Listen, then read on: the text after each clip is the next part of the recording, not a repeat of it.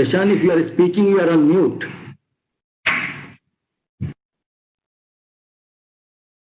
Exactly. Sorry. Good evening, good morning, and good evening to all of your attendees.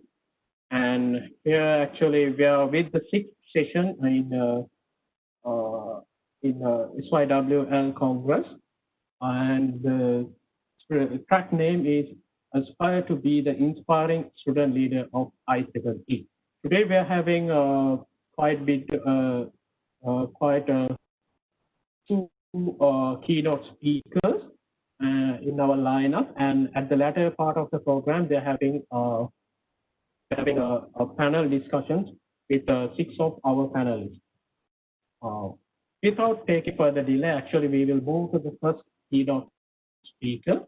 So, Mr. Deepak Mathur is our first keynote speaker, and he will be talking on key leadership skills for students enabling a successful professional career after graduation. And Deepak sir actually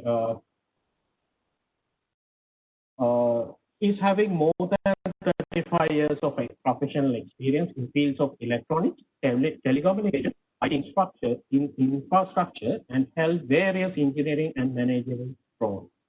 Presently, he is working on high-tech oil well logging system to analyze the properties of the subsurface to explore the possibility of hydrocarbons.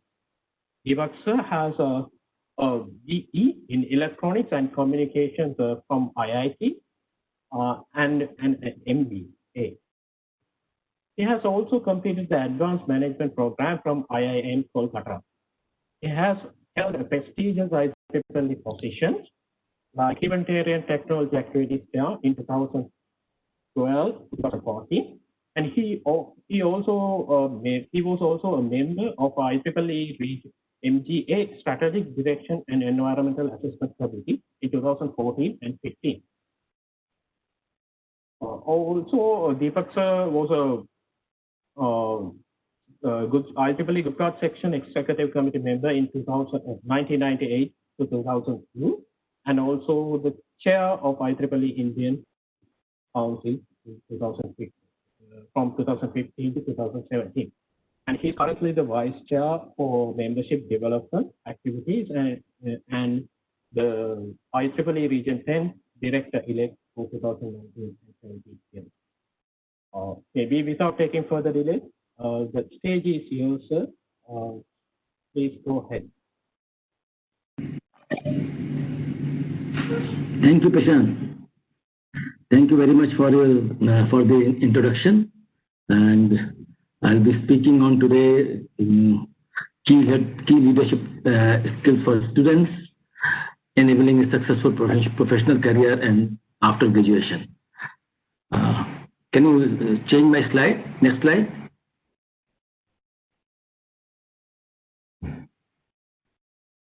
So good thing about leadership is that leadership skills could be learned. You can master that, and you can become an effective leader. And I found IEEE provides you ample opportunity to acquire various skills, including leadership skills. And you have to be a keen observer and with a learning mindset. So that is very important to learn a leadership skill from your experience or from your day-to-day life or from on the whatever opportunity you get. So you have to have a learning mindset and you have to be a keen observer. And you will find that each and every moment gives us lessons which could lead us, which could lead us to sharpen our leadership skills. So I'll be sharing my thoughts on leadership skills, which I learned as an IEEE volunteer. Lessons which I learned in IEEE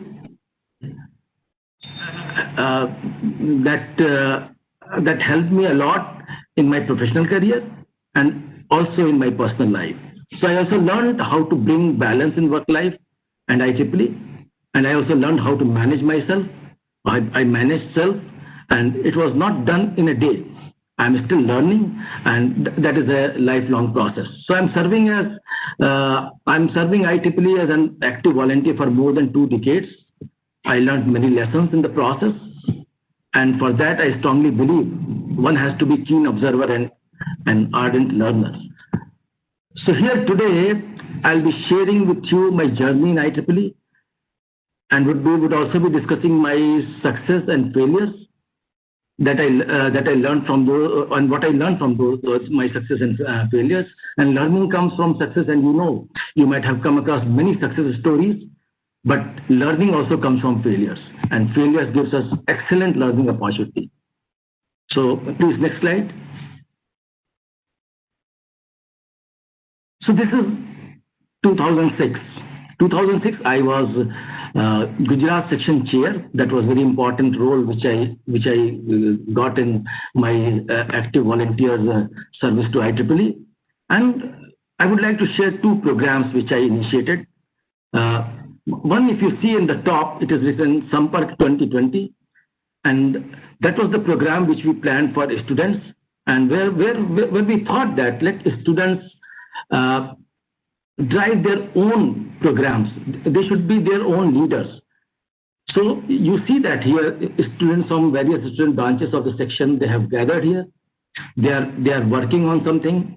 They are having some. They are doing some project. There are some fun project, and at the same time they are planning year-long activities. So this program we gave name Sampark in 2006, and Sampark means contact, and this program is still running, and you see that Sampark 2020 is also there is a logo or banner. So this initiative is continuing for 14 years.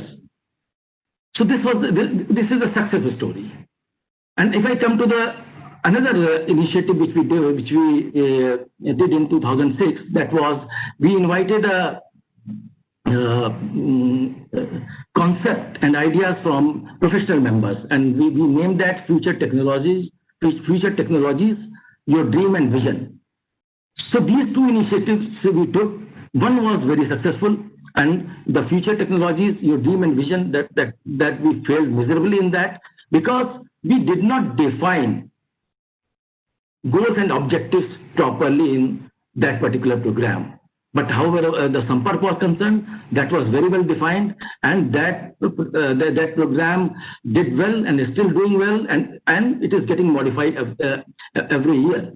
So what I want to say from these two programs is that you must take initiative as a leader, you must learn from the success, and you must learn from the failures.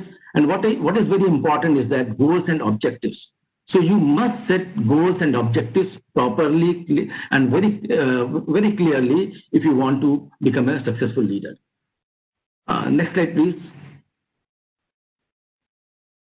So this is 2009. 2009, I was given a role in IEEE Region 10 XCOM, and that was the first time I was entering into the Region 10 XCOM. And I was given chapter chair role. So my job was to manage chapters in Region 10. I was clueless what to do. And the predecessors, they were also not having any concrete plan for the coming years. So then I brainstormed. I thought over that what could be done. Then what helped me? The innovative approach, out of the box thinking. And we did fairly well in chapter activities. We formed 100+ chapters in that particular 2009, and we reduced inactive chapters from 16% to 3%. So the out-of-the-box thinking and innovative approach helped me in achieving my goal very well. And that year we were awarded MG Achievement Award for this particular activity. So for any leader, it is important to have out-of-the-box thinking and innovative. But anyway, you have to be initiative taker. Next slide, please.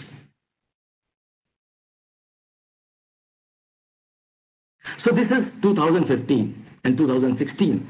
So 2015, 2016, I took over as a India Council chair. That was a really challenging role for me, because I have to work with the 11 sections, and I have to bring all of the section into sync, and that was a Herculean task, because every section was independent unit. So what we did in that, I considered all the 11 sections as a part of my team, and then I found that how much important teamwork is there. If you are working as a team, then you are really leading the organization or leading a group of people.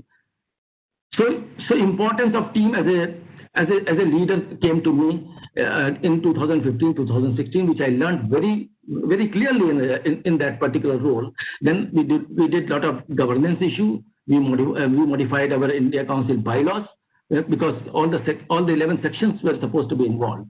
And we registered this India Council as a legal entity in India. That was very important. The most important thing which we did in 2015 is that we were only having in All India Student Congress. So what we did that, we also included young professionals into that. You just see that in 2015, we made it All India Student Young Professional Congress from All India Student Congress. And we also formed a student coordination team so that we inducted student members to the decision making of India Council. So that and we made students as a part of India Council team, and similarly we brought a core group of young professionals, and we also took young professionals into the decision making of India Council team. And in 2016 we also included WI in our council EXCOM, and then from 2016 onwards we are doing All India Student Young Professional and WI Congress. So this is what I felt that was important, and this is the great lesson I learned in 2015-16, that how important it is to work as a team, or you have to be in team, or you have to create a team to be an effective leader. So this is very important, and I found everywhere that you have to be initiative taker. Next slide, please. This was a very grand success story I will tell. In 2018, whosoever has attended this particular Congress, they can vouch for that, how successful this Congress was. And what happened during this? We also passed through a challenging time when we were organizing this particular Congress. And that time the place where we were having this Congress in Bali, Denpasar, that was news of tsunami was there. Then we were very careful. We were in touch with the government bodies, and we were getting all the information, and we were moving very carefully. But all the volunteers from Indonesia section, they performed very well. They did excellent job, and not only from Indonesia section, we had a pool of volunteers from many countries in organizing this particular event. So the lessons which I learned in organizing this particular SYWL Congress, that you have to believe in people, and there is no need of micromanagement. You have to delegate and monitor. So if you do properly delegation job, and if you believe in your people, they are going to give you a very good result and good outcome you will. And that's what we saw in SYWL 2018. So this was a great learning lesson for all of us. Not only and I saw there in that particular Congress, many leaders were created. And the other aspects which came out in this particular Congress from our volunteers, students and young professionals and WI, that sincerity, honesty and reliability, that really pays well if you want to be effective leader. And you have to keep morale of the team very high, because there are many ups and downs. If you organize any event, there are many ups and downs. As a leader, you should keep morale of the team throughout the process. Even after that, you have to appreciate them. And another important aspect was that you have to listen to your people. Listening is one of the very good art of very good skill for leadership. So much emphasis should be given for listening. If you want to be a good leader, then you have to be a good listener. So in this particular Congress, because today we are having virtual Congress, that is also we are utilizing very good time because of this pandemic, and at least we are organizing virtual Congress. But in 2018, we learned there was an opportunity of cross-cultural learning. So that was a big learning as a leader for all of us, and we saw that what is the benefit of empowerment. When you empower people, they feel responsibility and they feel accountability and they perform well. Next slide, please. So these are some miscellaneous lessons which I learned from various places, and I thought in this particular session, let me share with you what I really learned in IEEE and during the process of organizing event or running a section or running any position in region 10 or elsewhere. So I spent some time and I recollected what really was learned by me from the IEEE activities, and you can also see that you will also get an opportunity if you work as a volunteer to develop yourself through various skills which may be required for leadership. For example, as a leadership, you should be accessible and approachable. I feel that I am very much accessible and I am very much approachable. Anybody can access me, anybody can approach me, can discuss with me their ideas and concerns. And you should be a good listener, as I just talked before. You should empower your team. You should believe in your team. The another very important thing is that how to get noticed. Many of our volunteers, they want to get noticed, but they do not know how to get noticed, because once you get noticed, then you get the responsibility and opportunity. So the most important thing for any volunteer leader is that you have to be sincere, you have to be good at work, and you should have integrity.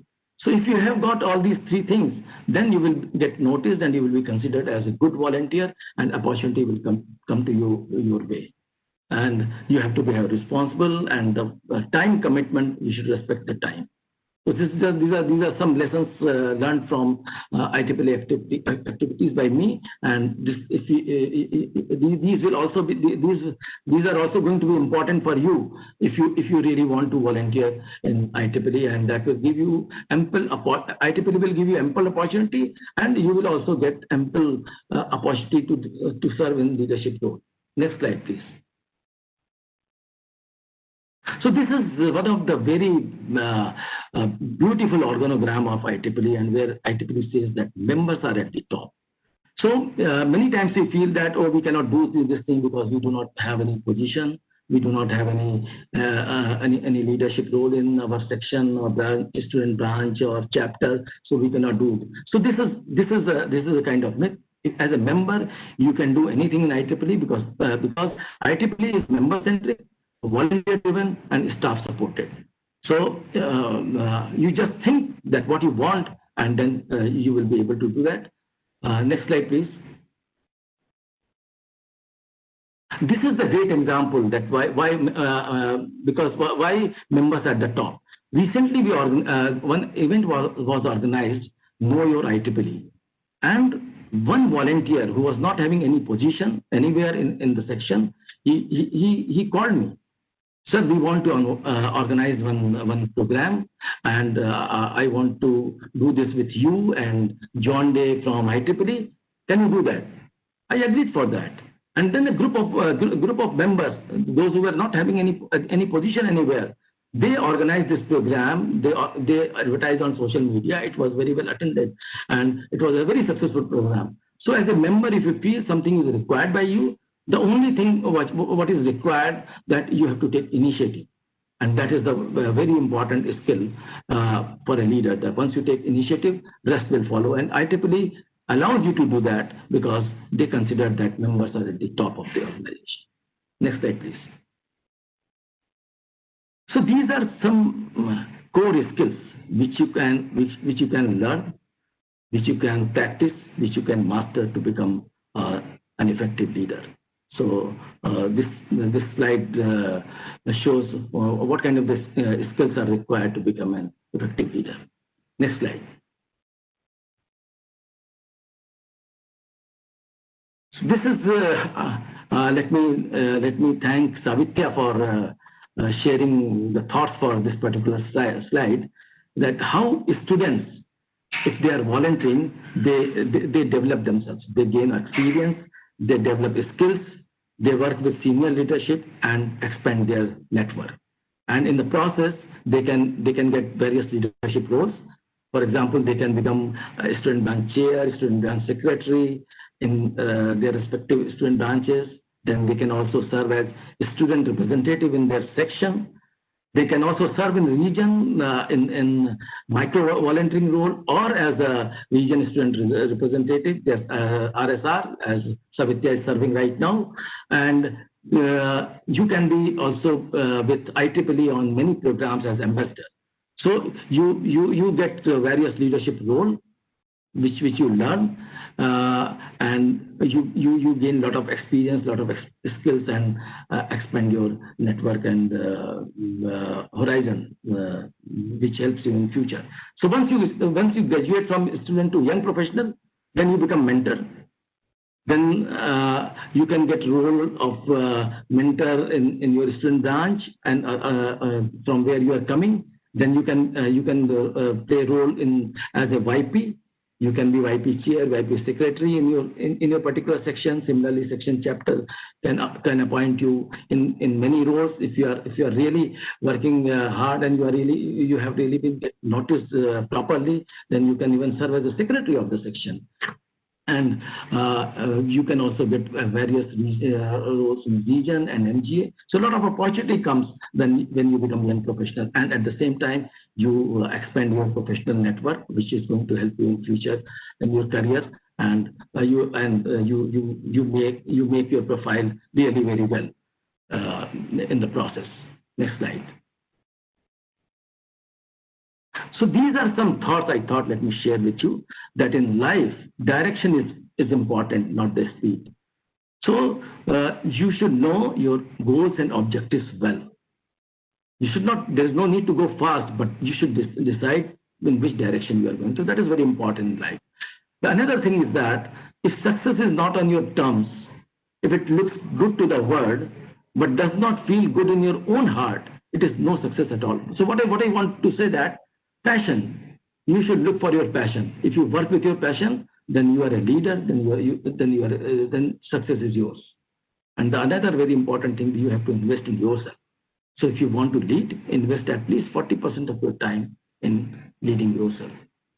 So this is just why I wanted to share with you all about leadership with respect to IEEE and how IEEE, working in IEEE as volunteer, has ultimately helped in my professional life, in my personal life, to become a better leader and managing everything well.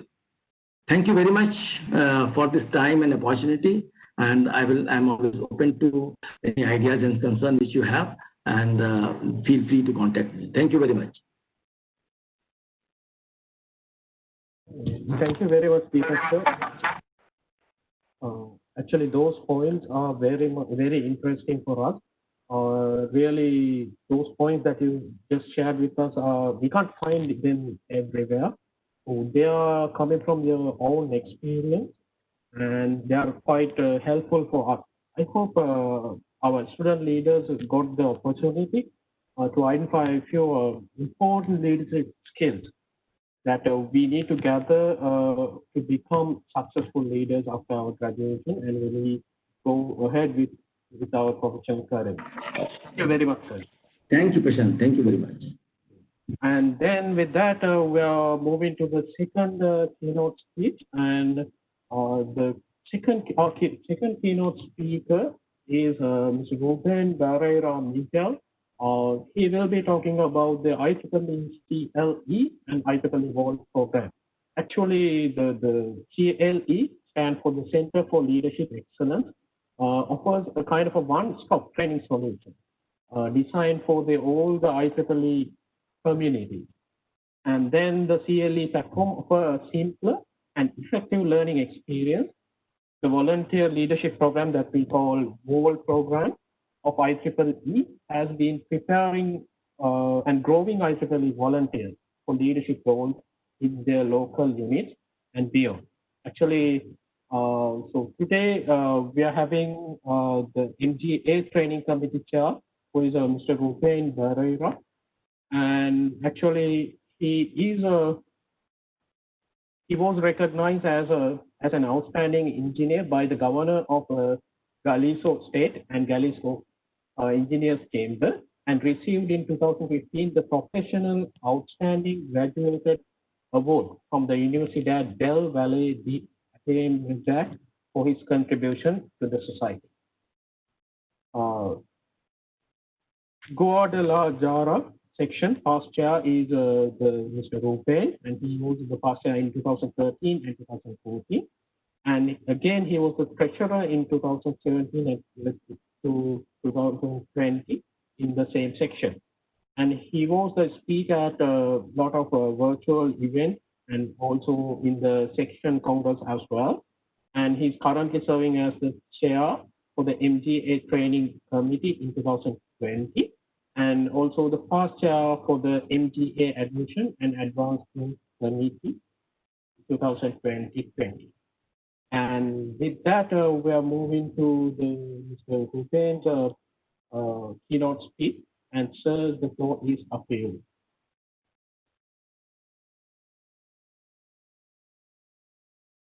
Thank you very much, and thank you very much for the invitation. I'm going to share with you in the few next minutes what is about the CLE and the BOLD program.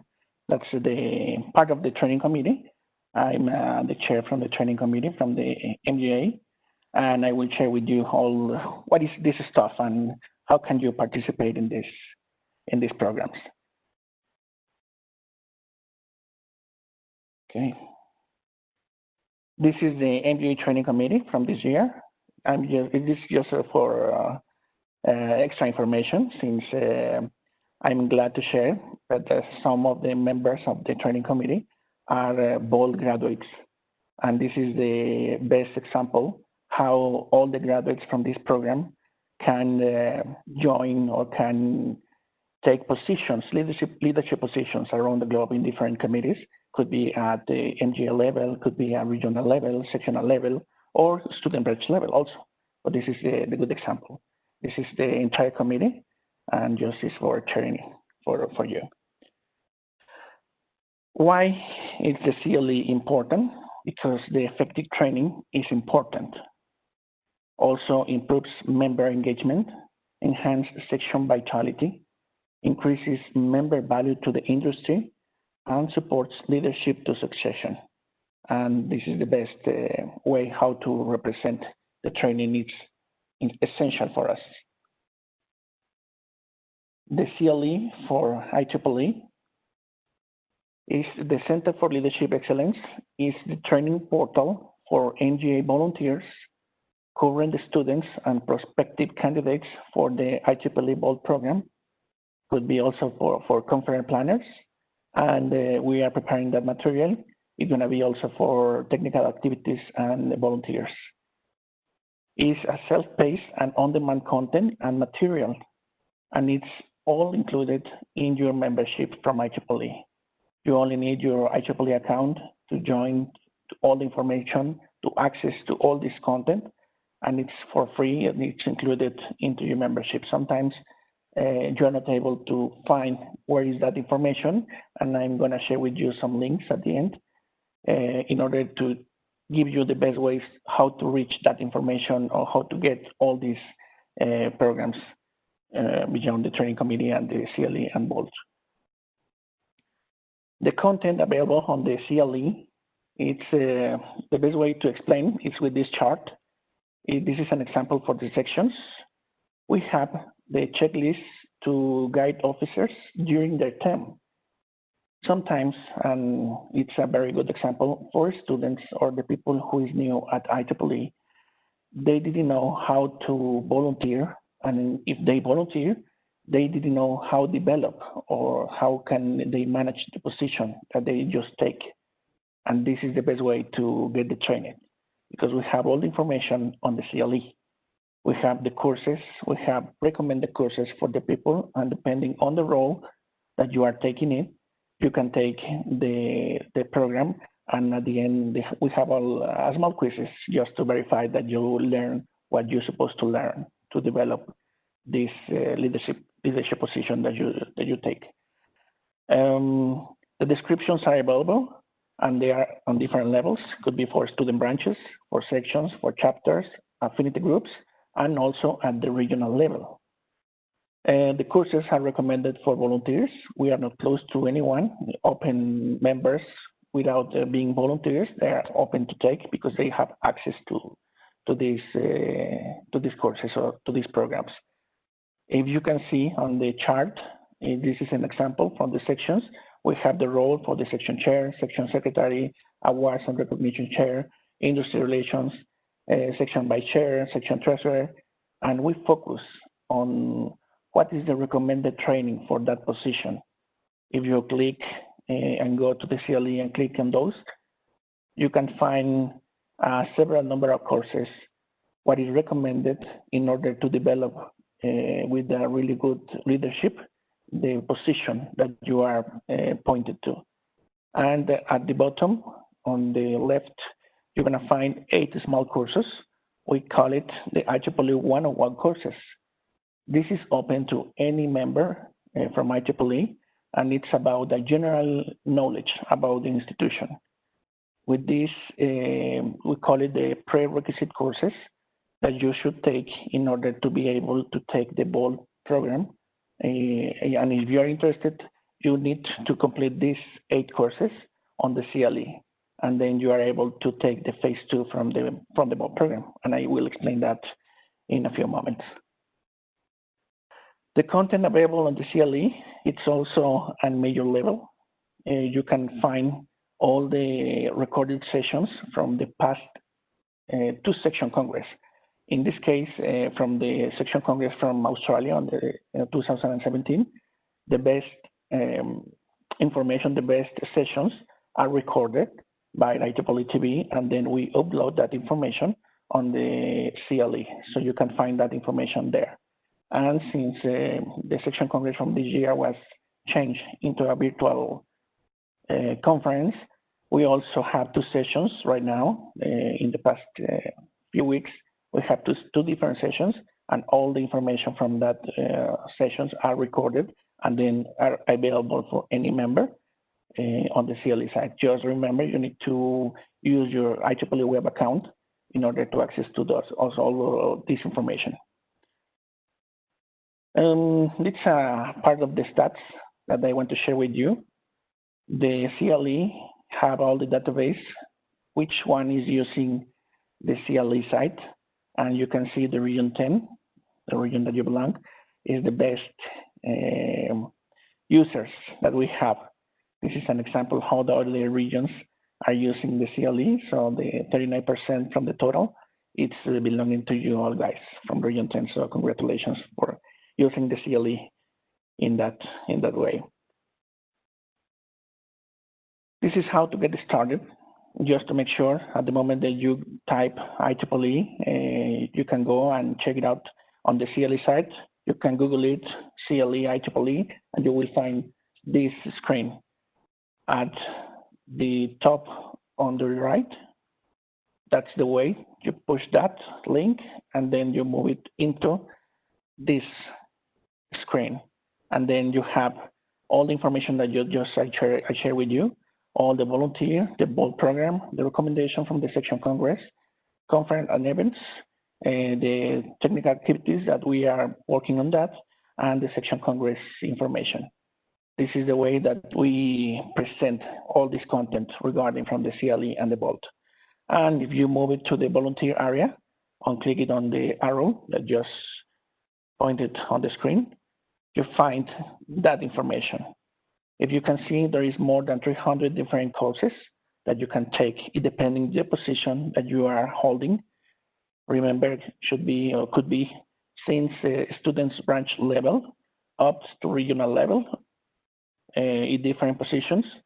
You can find what is the best courses recommended for each position, and you can find that.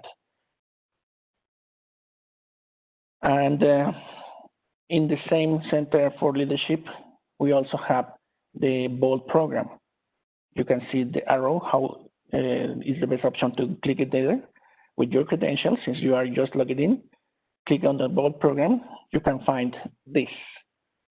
And this is what is the best program that we have at the CLE and in the training committee. The BOLT program, it's a really good way to present the future leaders from IEEE. If I can say, in my personal opinion, we have 65 seats every year, and we are taking care of this class. Could be students, could be members, volunteers. We are at different levels, and we are preparing the future leaders from IEEE. The reason we have a limited seats, it's because we are taking care from the quality from that leaderships and people who is graduating from the program. We don't want to provide 200 or 300 leadership without taking care from the quality.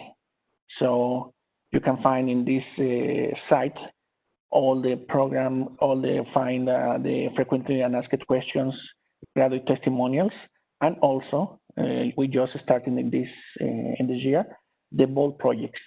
Every team that is participating in the BOLT program should develop a project solving any IEEE situation around the globe. Could be a local situation, could be a section situation, or a regional situation, or a global situation. It doesn't matter. At the end of the course of the BOLT program, they are requested to provide to the training committee 3 deliverables. The first one, it's a project with a business plan solving that situation. The second, it's a PowerPoint presentation. And the third one, it's a video presenting also the same project through the training committee. So all the BOLT projects that have been developed since 2013, that was the beginning of the BOLT program, are available at the CLE site. And I want to share that because that's important. Sometimes as a student, you are not able to find the information regarding, for example, for recruitment people, or recruiting more students or more members to your student branch.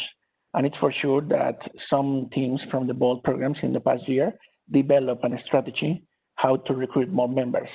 And if you go to the CLE, you can find the business plan, how they are proposed, and you can apply that business plan into your situation. And the reason is because we try to make this replicable around the globe. That's the way that we ask to the BOLT class on each year. So the BOLT program, it's the way that the IEEE volunteers, they are training and they have any information regarding for the leadership positions that we will deliver in the incoming years. The pilot program started in 2013. We have at this moment more than 300 graduates from the program. We are covering the 10 regions, and we are working because we only have 65 seats every year. We are trying to cover the entire sections, but it's not difficult. But it's since we receive a lot of petitions from different sections, we try to spread all the seats around the globe and trying to have the representation of the 10 regions. And the program goals, it's to accelerate learning from the IEEE organization, increase volunteer engagement, and create a foundation that develops future IEEE volunteer leaders. This is how the BOLT program works. The first step, you need to meet the requirements, including the completion of the prerequisite courses that I just mentioned in the past, the 8 courses, the IEEE 101 courses, that it's available on the CLE. After you completed that, the second stage is to apply with your application and an endorsement letter. This is really the most important issue for us because we need to know who is making your endorsement and your recommendation to take the BOLT program in order to succeed. And we take care very much importance on this matter. And the third stage, it's to participate in the 3-month program online. It's weekly. We have webinars.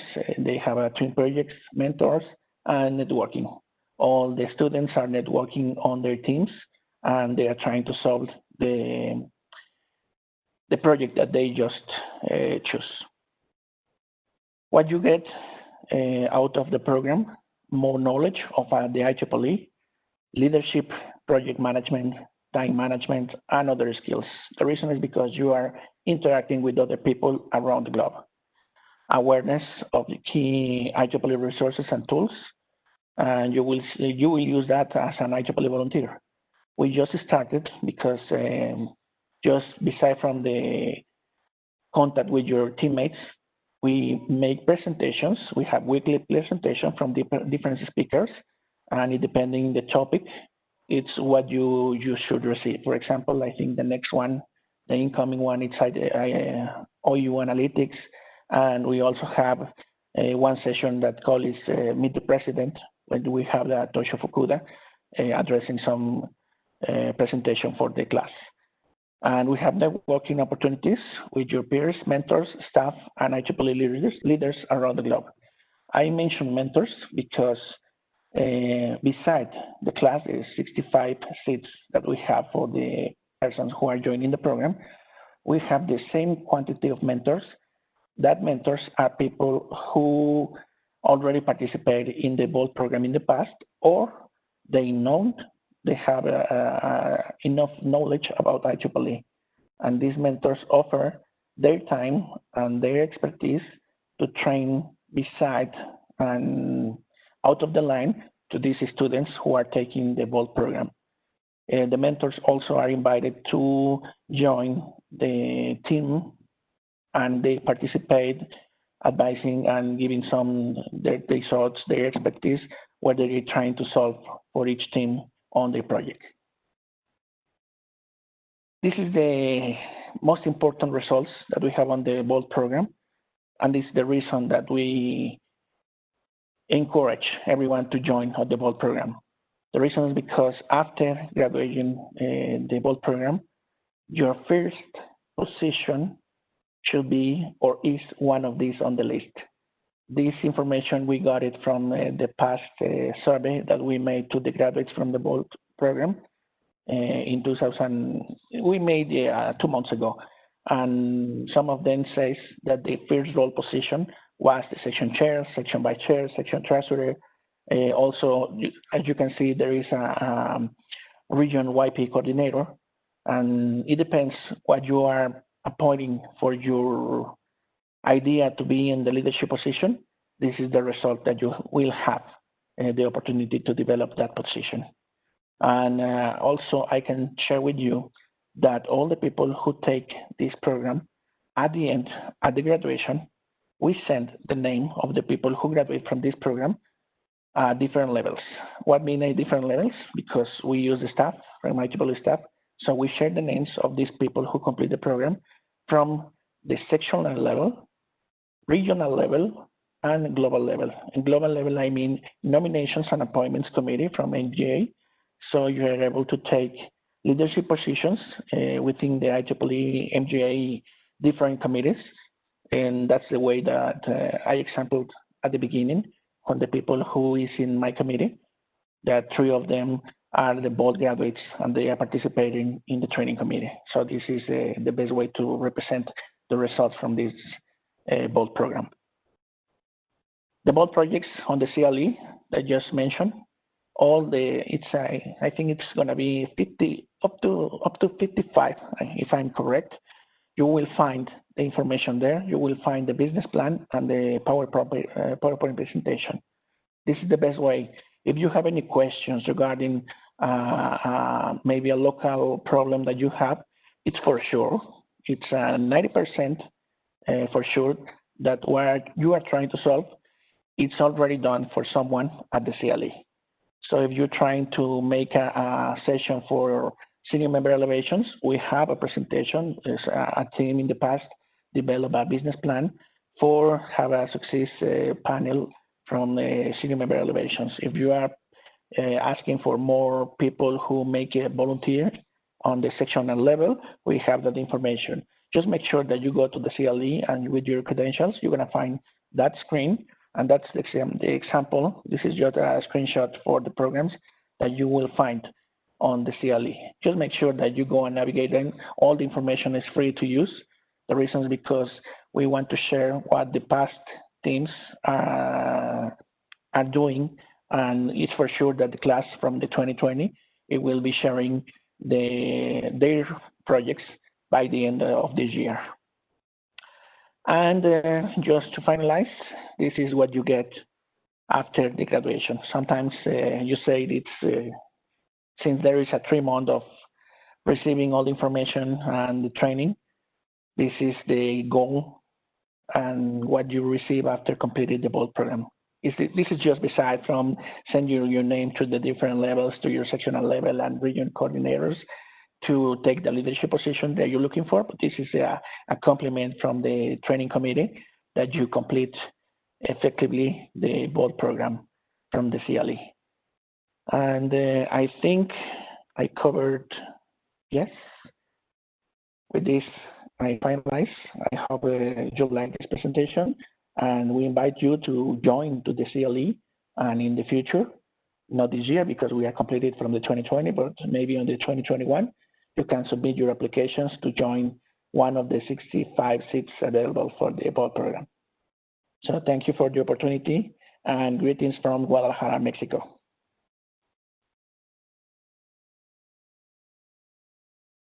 Thanks a lot, Ruben.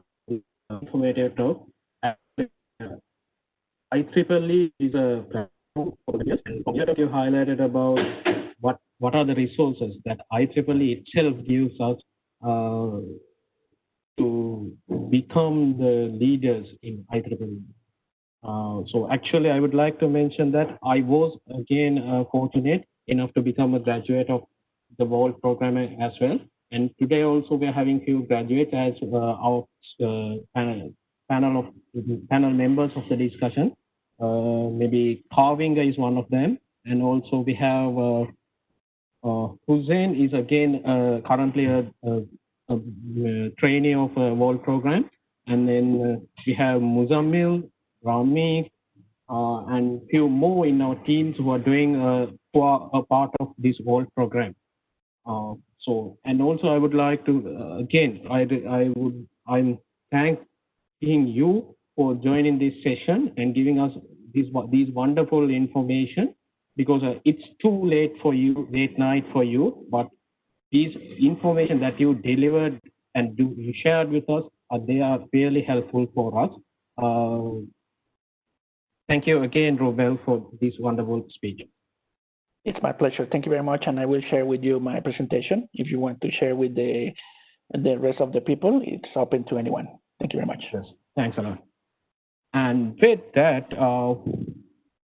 that is actually the end of the second keynote speak, and we are going towards another interesting part, that is the panel discussion. And maybe for the panel discussions, actually, our moderator is Amanda Julia, but she's currently having kind of a technical issues, networking issues. Therefore, Amesh Gomez, who is the outreach committee lead of IEEE Region 10 SAC, will be joining myself to conduct this panel discussion. Amesh? Okay, thank you, Bushra. Yeah. Okay, great. And first of all, let me introduce our wonderful panel of speakers here today we are having. So we're having Dr. Zia Ahmed, who is the Vice Chair, Membership Activities of IEEE Region 10. And Dr. Zia is actually served for more than 25 years in different capacities in IEEE Region, IEEE, and it includes MGA Board, IEEE Region 10 Executive Committee, and also IEEE Region 10 Council, Australia Council, and it also includes IEEE South Asia Australia section. Dr. Zia Ahmed has been serving as the IEEE Region 10 ExCom for more than 10 years, and currently serving as the capacity of Vice Chair, Membership Activities, and he's overseeing the Region 10 Women in Engineering and Young Professionals and Student Activities in the Region 10. And then also we have another wonderful speaker today as our panel members. That is Professor Zuhaina Zakaria, a member of Admission and Advancement Committee, and again another member from IEEE. She's a member of IEEE PES Long Range Planning Committee, and also the chapter representative in IEEE Region 10 Power and Energy Society. And then I would like to introduce Dr. Eddie Kustowicz. He's actually the director, Latrobe Innovation and Entrepreneurship Foundry, and the founder and the director of the Latrobe Innovation and Entrepreneurship Foundry. And also he's one of the youngest IEEE board members, and he's the past chair in IEEE Industry Engagement Committee. We're having Dr. Eddie Kostowicz as one of our panelist members as well. Amesh? Yeah, so moving on. So our fourth panelist is actually Mr. Kavinga Upul Ekanayaka, who is currently serving as a technical lead in ACC ELR Logics and also provide his services for a Silicon Valley big data acceleration company called Bigstream. He joined IEEE as a student member in 2009 and was actually a part of the inaugural committee of IEEE Young Professionals Sri Lanka, where he served as the chair in 2013-14. He has been an executive committee member of Sri Lanka section since 2013, and he was the chairman of the IEEE Region 10 SYWL Congress in 2015, and later on he served as a member of the IEEE MGA V-Tools Committee in 2018.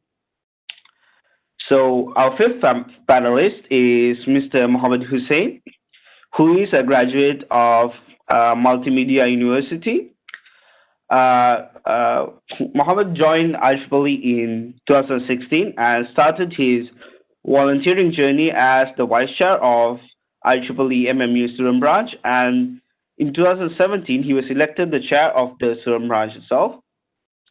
Under his leadership, the Student Branch has won 2 international awards, the IEEE R10 SYWL Student Branch Award in 2018 and the IEEE Regional Exemplary Student Branch Award in 2018 as well.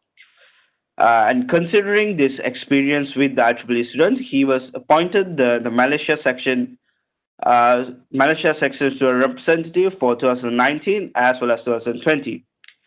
In 2020, he founded the IEEE PES Student Branch Chapter at MMU, and currently he's serving as an ex-com for IEEE Malaysia Section Consultants Network Affinity Group. Hussain has been IEEE Malaysia Section's one of the best recruiters over the past 4 years, recruiting over 320 members, and was ranked the highest member recruiter in IEEE Region 10 for 2019 and the second highest for 2018. He has received multiple awards on a personal level as well as team level in IEEE. His latest award associated with IEEE is the IEEE Region 10 SAC Outstanding Student Volunteer Award in 2009. Finally, our last panelist is Ms. Dimple Kilwani. She has been an IEEE student volunteer for 4 years now. Her current volunteering positions include being the YP chair of Nagpur subsection and the YP vice chair of Bombay section, as well as being part of the R10 SAC committee as a webinar and training member. Her previous contributions include being the lead industrial relations in IEEE India Council SCT, the SSR of Bombay section, as well as Nagpur subsection. With that is the introduction of all the panelists that we have for today. And with this, I would like to begin our first topic, which is about leadership, and we will get the different perspectives of leadership from the 3 branches that we all go into as academia, industry, as well as entrepreneurship. For this discussion, I would like to include Dr. Sia, Prof. Zuhaina, and Dr. Eddie, as all three of them have considerable experience with with three of these divisions that we all go into. So without any further delay, I will first like to focus a question to Dr. Sia, who has experience in both academia and industry as well. So considering this experience, Dr. Zia, how does the IEEE experience helpful for you to reach the leadership roles in Region 10 as well as MGA?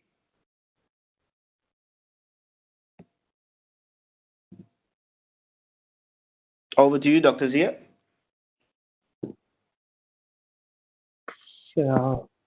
My mic is on. Okay.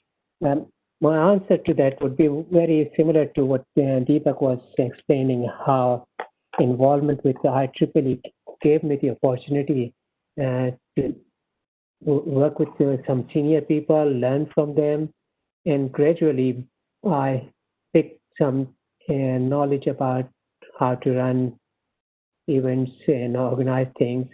And gradually I moved from treasurer to section to secretary, then to chair. And each stage there were different challenges. As a treasurer, it was a challenge for me because I had never done anything like budgeting and financing, and when I was a section treasurer, there was a big international conference in our section, and I had to be involved with that. And I learned a lot about how money is managed, how payments are made, how things are booked. So that was a good learning opportunity. So as I grew, I started to see different things which I never learned from my school or from my textbooks, practical hands-on. And the most important thing for me was that the opportunity was given to me without me taking any risk. So there were senior people present there who were helping me. So in a way, mentoring was also had a part to play in my growing as a leader, gradually into. I didn't start as a leader. I started as a volunteer, like all of you. But gradually I learned, and then I became secretary. I learned how to write minutes and how to keep records, how to write actions for the next meeting and follow those actions. And then when I became section chair, then there were chapters in my section. There were conferences. We had to bid for the distinguished lecture program, and all those activities. It enhanced my organizational skills.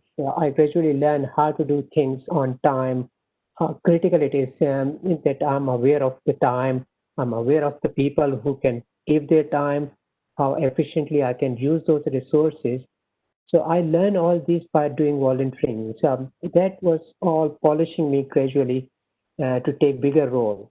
And then in 2007, I was invited by Region 10 director to take the editorship of the Region 10 newsletter, and then open a big window for me to interact with a much bigger audience than my own section. Then, as I became a ExCom member, I now had a chance to interact with the section leaders in India, China, Japan, Korea, New Zealand, everywhere. So that gave me a different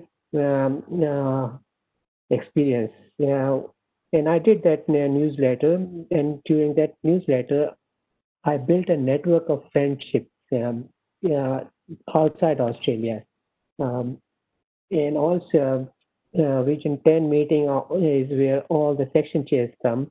And Australia is a very big country, so we don't get chance to meet each other that often face to face. But in Region 10 meeting, we do meet face to face with all the section leaders, including from Australia. So that was again introduced me a higher level section, which was the council level. And then with my experience as treasurer and secretary, I went through all the stages of council positions. I became treasurer and then secretary, then vice chair, and uh, it was a bigger scale on which I had to do things. It all happens gradually if you remain involved and if you are open to learning, to learn from others. So for me, there were much more experienced people in front of me as an example from whom I could learn. And I was never shy of asking them silly questions, how to do things. Um, and they were all very supportive. So my message to younger people is that don't be shy. Try to interact with senior people. You'll find that they are very eager to help you. They are very eager to see you develop, and that's how you will gradually become a leader. Um, I hope it makes sense to you what I'm saying, that it doesn't happen overnight. You gradually develop skills, your organizational skills, networking with people, even writing letters to people in proper language so that you are communicating very clearly what you want, when you want something to be done, and so other people can understand what you are asking them to do. Um, Also, as Deepak was mentioning, was that you have to be a team player. And as I was involved with IEEE, I was gradually becoming team leader for my section and my council, and also different committees, chairing different committees, gave me the opportunity to practice my leadership skills and enhance them, listening what my committee members are suggesting, and then you listen to that. But at the end of the day, you are the one who has to make a decision. Uh, so there can be different type of suggestions, opposite to each, sometime opposing suggestions. And then as a leader, you have to use your judgment and make a decision. But when you make a decision, you need to involve your team so they feel part of your decision making. You have to drive them towards that decision which you want to make, but you have to do it in a way that you convince them. You don't enforce things on them. You tell them why you want to do something, why you think it is necessary to do a thing in particular way.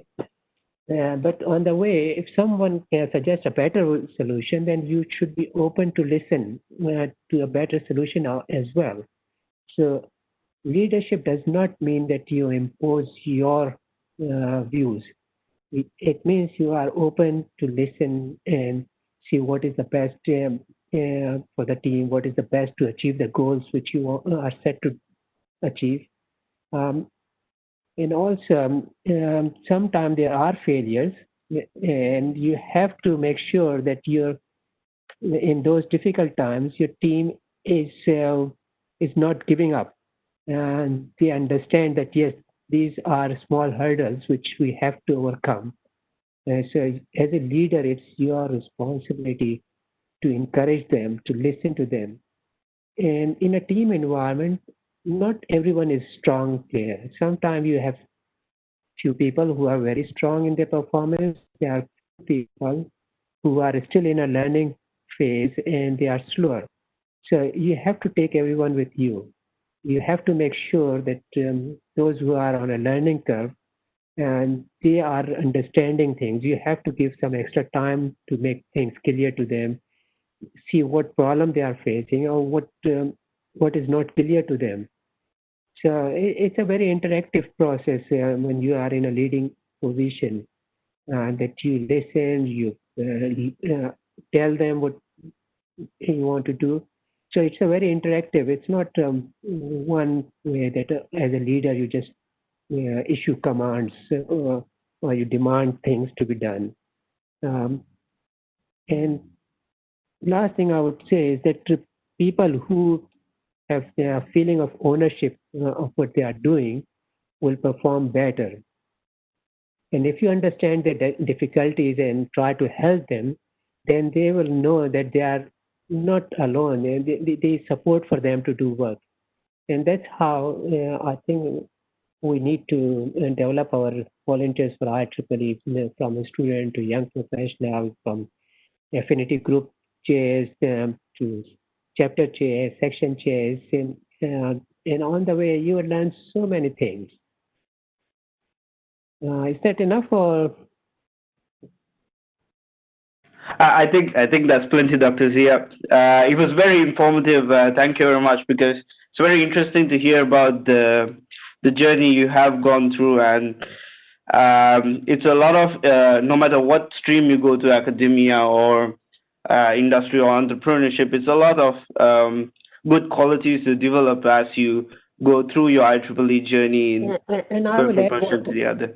Yeah, I will add that to whatever I was learning as a leader in IEEE volunteering, it was helping me professionally. Because professionally, as I went up in the management and was leading large multidisciplinary teams, the lessons I was learning from IEEE were I was applying them in my professional life as well.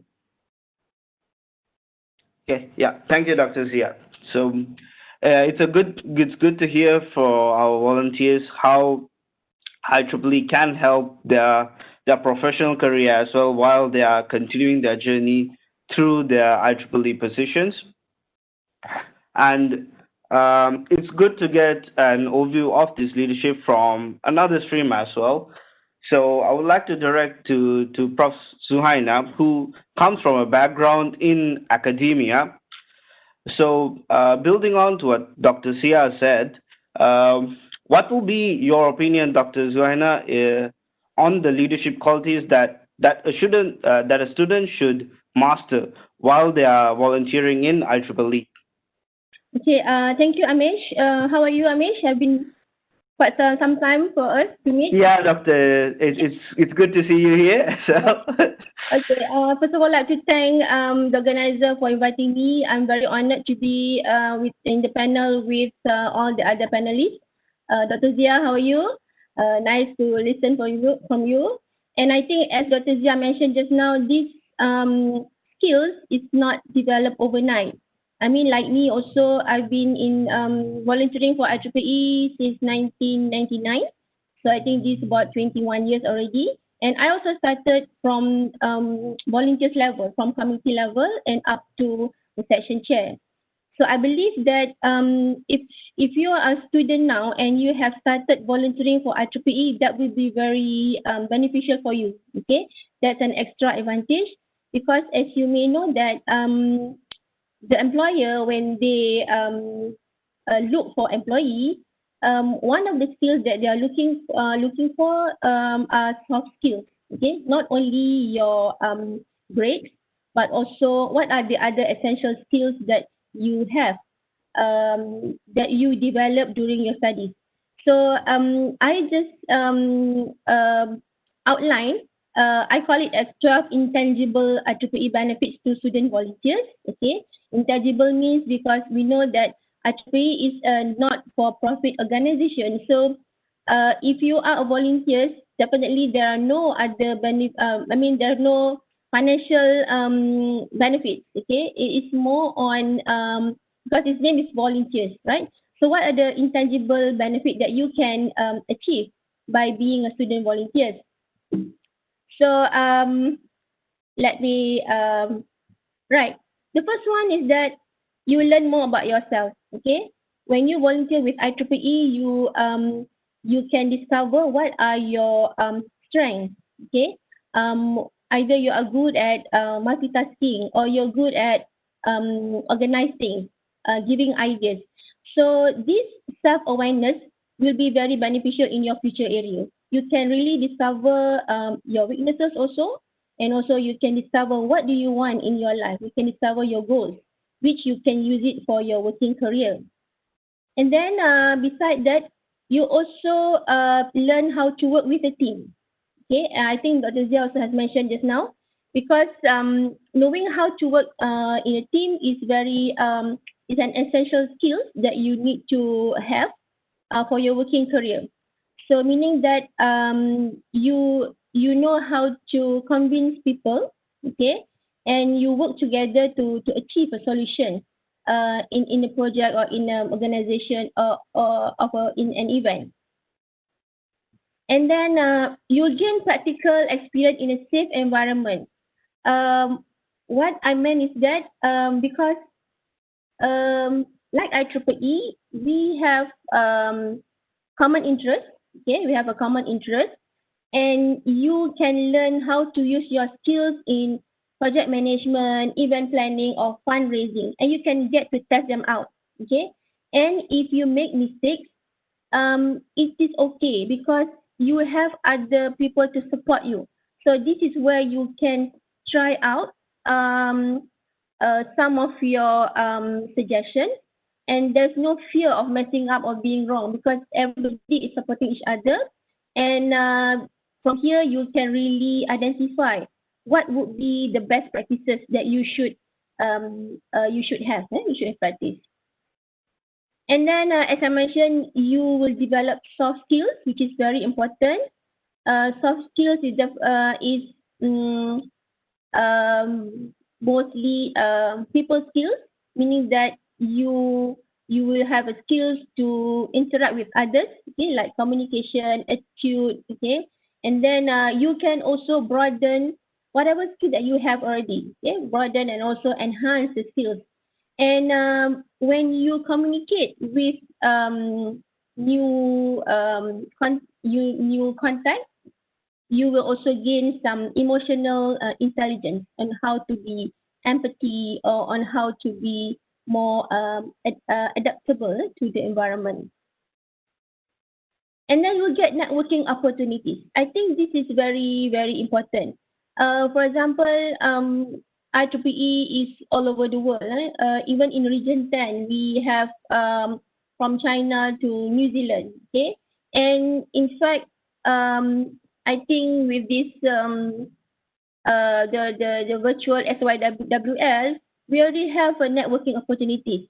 I have many friends from India, Pakistan, Australia. This is all from IEEE.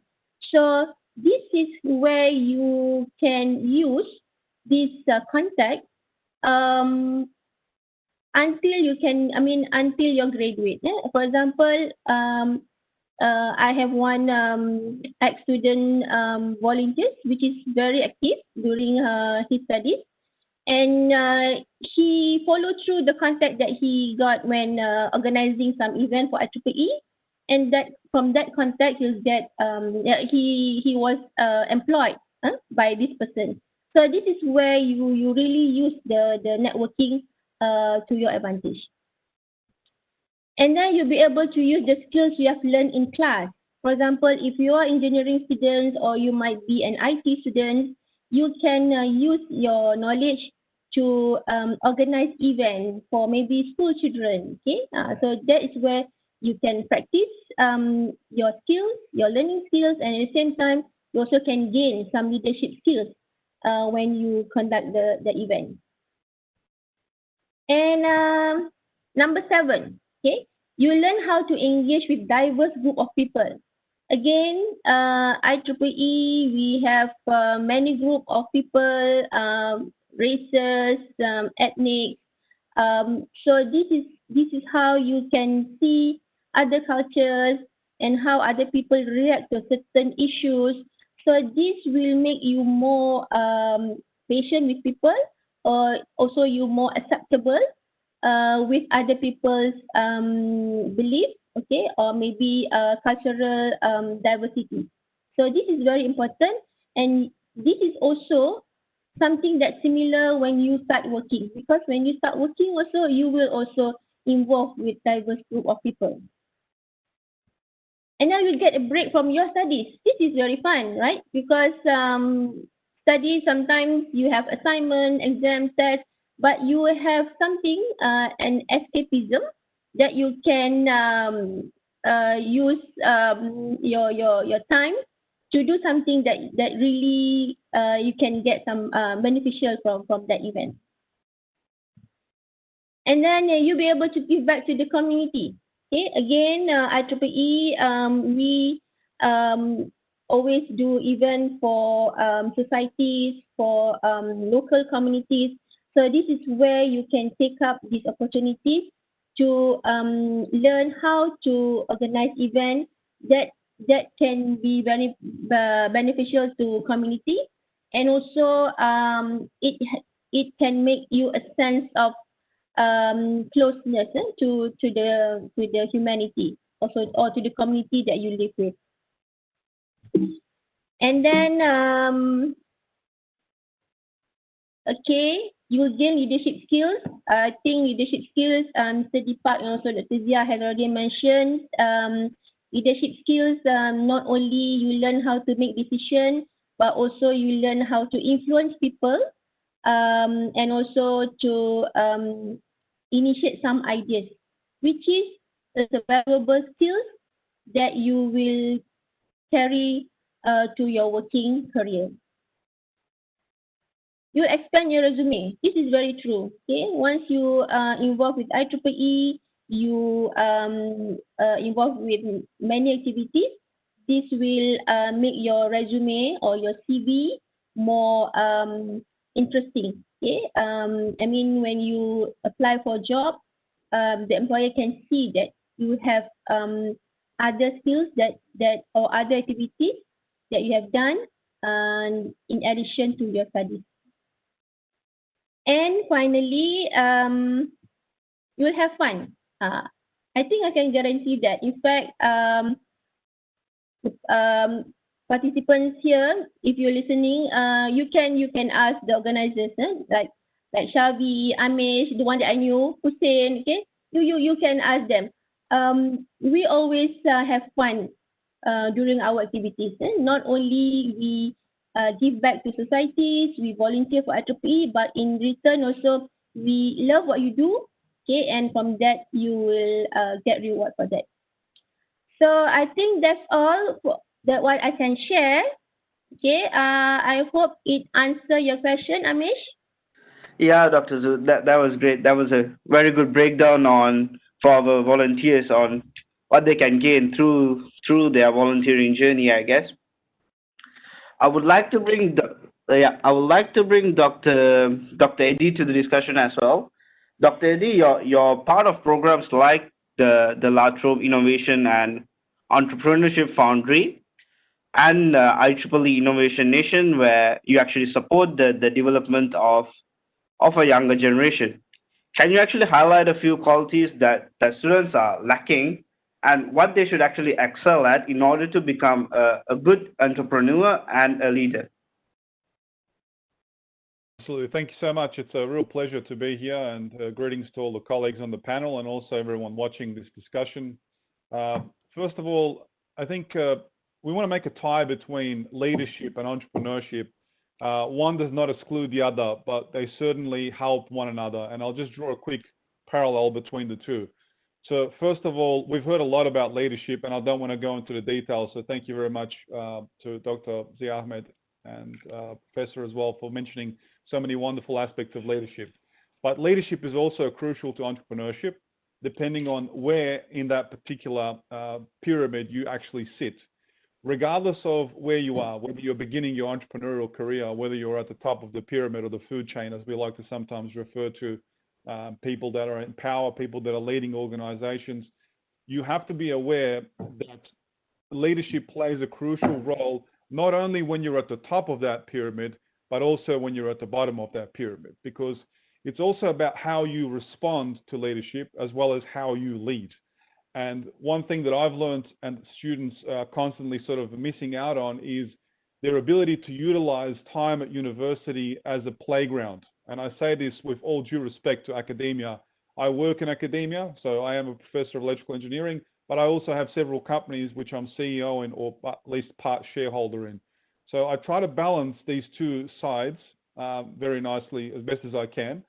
And unfortunately, what students are really not utilizing, as I said, is that time to play. And what do I mean by time to play? University is the time where you can take risks, and the consequences are pretty minuscule in comparison to the consequences that await you after you complete your studies. And that's relatively true for all aspects of life. whether you decide to be a father or mother, or whether you decide to be an entrepreneur or a professor or something else, the consequences of failing later on become a lot more severe because so many more people depend on you, right? So that's why learning to become a leader while you're at university and prior to being at university is very important. It's never too late to become a leader. It's never too late to become an entrepreneur, but things get harder as time goes on because you have so many other things to juggle. So let's touch on lesson number 1. Learning how to manage your time is a critical skill set that you need to develop at university and prior to it if you can, preferably. And managing your time in particular in the 21st century, because things have become significantly harder for your generation. You're born into an age of technology. You're born into on-demand. Everything is on demand, and COVID-19 has taught us a lot about on-demand. If you're not on demand, you don't exist. It's simple as that. So you need to be able to manage your time because you're being bombarded with more information now than ever before. Making sense of information is also part of your leadership skill set because you need to be able to take all of that information and make sense of it. And so when you're trying to make sense of all the things that you're being presented at university, it can be very difficult to try and carve out time to develop certain skill sets. But I must implore you, you have to find time to develop what has been mentioned earlier on as non-formal or non-traditional skills or non-technical skills. And I see this all the time when I have international students come and study in Australia. There is such a big focus on getting good grades that people forget that the non-formal education that you develop through life or life experiences, which I'm sure you've heard many times from your parents, from your grandparents, uncles, aunties, people who are far greater in age than you, they talk about life is a journey, and in this journey you learn a lot of things. You're not going to learn a lot. You're not going to learn everything at university. Far from that. You're going to learn, maybe a couple of % of what you really need for your profession. The rest of the learning happens outside of the classroom. How you complement the classroom learning with the out of classroom learning is really up to you. So balancing your time to find time to learn these things that you're not being taught in the classroom is critical. And not complaining to say, well, I didn't learn that at university. No one cares whether you learned it at university or not. It's a matter of you being ahead of the pack. So to be ahead of the pack, you have to take opportunities. And I go back to what I originally said. It's a playground. You're there to learn. And most importantly, you're there to fail. I know this will be a little bit controversial to some of you because you come from cultures where failing is not acceptable. But in my culture, in my mindset, failure is something that you can learn from. In fact, you learn a lot more from failure than you do from success. Think about all the success that you've had so far in your career. Have you ever sat back and reflected and questioned why you were successful in something? We hardly do that because one success leads to another. And before we know it, we've completed so many studies, a master's degree, a PhD, and we never have time to reflect back on why was I successful at doing something instead of why did I fail something. So failing in life is a good thing. You need to embrace failure. You need to give it a big hug, as I like to say, but only if you're going to learn from that. So carving out time to learn outside of the classroom is critical. And one of those critical skills is being entrepreneurial, having an entrepreneurial mindset. I know most people think being entrepreneurial means starting a company. Far from that. You don't need to start a company to be entrepreneurial. Entrepreneurial is being resourceful, right? It's knowing where to find opportunities. It's knowing who to work with and who not to work with. It's being a good leader as well along the way, right? It's about making sure that you are carving out your own success instead of waiting for success to fall into your lap. Knowing where the opportunities are, and most importantly, not only recognizing them, but knowing how to seize them. And so the entrepreneurial mindset is something that a 21st century young person needs to really absorb early in their career because it's a matter of survival skills. I say to my students here in Melbourne, there are 250,000 international students in Melbourne. On top of that, you have a lot of local students. It's a very competitive marketplace. So whether you want to start your own company or whether you want to work for another company or whether you start your own company after you work for another company, which is normally the pathway that you take, having that entrepreneurial mindset also makes you highly employable because every company is looking for an employee that is a go-getter, that's willing to take risks, but calculated risks, carefully calculated risks. Individuals who know how to use resources to drive the best possible outcomes for themselves, for the company, for their team, for the whole ecosystem in which they operate in. So building these skills up while you're at university ensures that you stay competitive, that you stay ahead of the pack, because it is a big pack and everyone's heading in the sort of same direction. We all want to be successful. We all want to be leaders. We all want to be recognized for our work, but it's a very, very tough environment out there, regardless of where you are. You know, we say 200,000, students competing for jobs in Melbourne is a difficult thing, but I'm sure it's a lot more difficult in China and India and Pakistan, where your populations are even greater. So if you want some advice on how to stay competitive and how to stay ahead of the pack, you really need to start delving into things that you're really uncomfortable with, right? Never mind what you're good at, because what you're good at, you're only going to get better at. But the things that you're not so good at is the things that you need to improve. And the longer that you set them aside and don't touch them, the more of a problem it's going to become for you.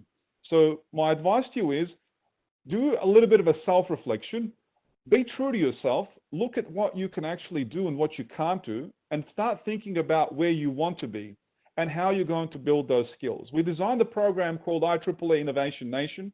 It started about 5 years ago in my home country of Bosnia and Herzegovina, where I was born, with one mission, and that is to empower young people to think with an entrepreneurial mindset, with whatever they do in life. And specifically in certain countries, the program's running where we have high youth unemployment, where we have a low GDP per capita, right? Essentially countries that are in development, as I like to say, rather than poor countries, because I think every country is rich. Some are human rich, some are talent rich, as I say, and others are rich with resources, natural resources, and so on. So entrepreneurial skills are built by starting early. They're built by finding mentors. They're built by reaching out to people who have been there, who have done that.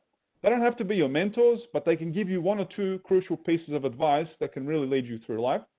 And one great piece of advice that I received early in my IEEE career was from the 2016 IEEE president, Professor Brigadier General Barry Shoup, who's still my mentor. And he said, and I'm sure you've probably seen this on the back of his coin that he's given out to so many people, leadership is about paving the way so others can succeed. And so when you think about that statement, it's so powerful, because most of us, in our way to getting to that leadership position, are willing to pretty much do anything. And often we forget the basic, I'd say, ethical behavior that we need to sort of portray to others, especially through IEEE, that prides itself on this type of work, that this meaning of this sentence here really resonated with me. So once you start to help other people succeed, your own success starts to grow. And as you help others succeed, your own personal skills in helping other people also grow along the way. So being a giving person, being a caring person is not being weak. It's not being focused on other people. It's also helping yourself along the way. And those entrepreneurial skills tie in very nicely to that through the programs that we've established, because we're starting at the grassroots level. So if you feel that you are lacking in these particular skills, I strongly advise you to have a look at some of the stuff that we're doing with IEEE Innovation Nation, because the program this year is being run in several other countries, and I'm sure it's going to be running in your country sooner or later at some particular point. So being entrepreneurial, skill sets, stay hungry, right? That means hungry for success, but help others along the way to that success, because your own success will rise through all of that. Find yourself a fantastic mentor, someone who's going to give you really guidelines and push you, right? Push you out of your comfort zone, because if you're not comfortable pushing yourself out of your comfort zone, you do need someone else to do that. You can call it pushing. I like to call it encouraging, but you need to get out of your comfort zone and start. Sorry, Dr. Eddie, we are running a little bit out of time. I think the last couple of points for our volunteers. Absolutely. My last point to you guys really is, if you really want to grasp these skill sets, start looking at where your weaknesses are and throw yourself at those weaknesses by absorbing whatever you can to help you get strengths in those areas. Okay, thank you, Dr. That's actually a really, really unique perspective on how our students should actually look to their experience, especially going through their undergraduate and graduate life, as well as through their volunteering careers. I would like to thank Dr. Zhu and Dr. Zia as well for giving their perspectives on leadership while our students are volunteering. So we will move on to getting our panel's view on volunteering experience. So I'll pass to Prashant for him to moderate this part. Yeah, thank you, Ramesh. And maybe up to this point from the discussion that we had, I believe we can make a point that the leadership is a kind of a skill that we can't build overnight. And hope all the our panelists will agree with that. And then I would like to mention one thing that Dr. Eddie talked about, that in order to make good decisions, or maybe in order to make successful, or maybe we need to learn from our failures. And maybe the experience that will be really helpful for us to be successful. Maybe with that, I hope the IEEE itself provide us a volunteering platform where we can get the experience, maybe from the failures or maybe from the good decisions that we are going to take. And with that, I move into the second part. That means we are going to discuss about the volunteering and how we can learn, how we can get the skills, leadership skills. And yeah, my first question will be going to Carving, and since he's one of the chairs from 2015 Region 10 SYWL Congress held in Sri Lanka. I would like to ask whether any can Kavinga you remind any experience from the Congress that you had in 2015, and maybe any challenging tasks that you got from the Congress experience, Kavinga?